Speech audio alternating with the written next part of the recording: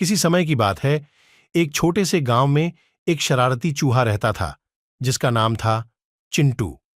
चिंटू हमेशा अपनी शरारतों से पूरे गांव को परेशान करता रहता था। गांव में एक बड़ी और चतुर बिल्ली भी रहती थी जिसका नाम था मिन्नी।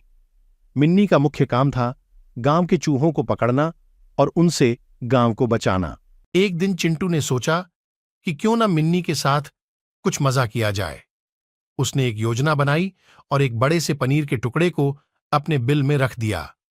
फिर उसने मिन्नी को देखते ही चिल्लाया, मिन्नी, देखो, मैंने एक बड़ा पनीर का टुकड़ा पाया है, पर मुझे डर है कि कोई और चूहा इसे खा जाएगा।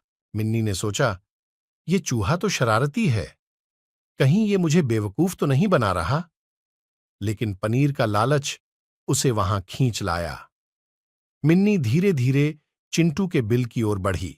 जैसे ही मिन्नी बिल के पास पहुंची, चिंटू तेजी से बाहर निकला और मिन्नी की पूंछ पकड़ ली। मिन्नी एकदम से चौंक गई और इधर उधर भागने लगी, पर चिंटू उसकी पूंछ को छोड़ने का नाम नहीं ले रहा था। गांव के सभी जानवर यह देखकर हंसने लगे। मिन्नी को अपनी बेवकूफी का एहसास हुआ और उसने सोचा, अब मैं इस शरारती चूहे से सावधान रहूंगी। और वाकई, मिन्नी ने अपनी चालाकी से एक जाल बिछाया और चिंटू को फंसा लिया। चिंटू ने बहुत मिन्नतें की, मिन्नी, मुझे छोड़ दो, मैं अब कभी शरारत नहीं करूंगा। मिन्नी ने सोचा, चिंटू को एक मौका दिया जा सकता है, और उसने उसे छोड़ दिया। इस घटना के बाद चिंटू और मिन्नी अच्छे दोस्त बन गए और दोनों मिलकर गांव की रक्षा करने लगे। चिंटू ने अपनी शरारतें छोड़ दीं और मिन्नी की मदद करने लगा।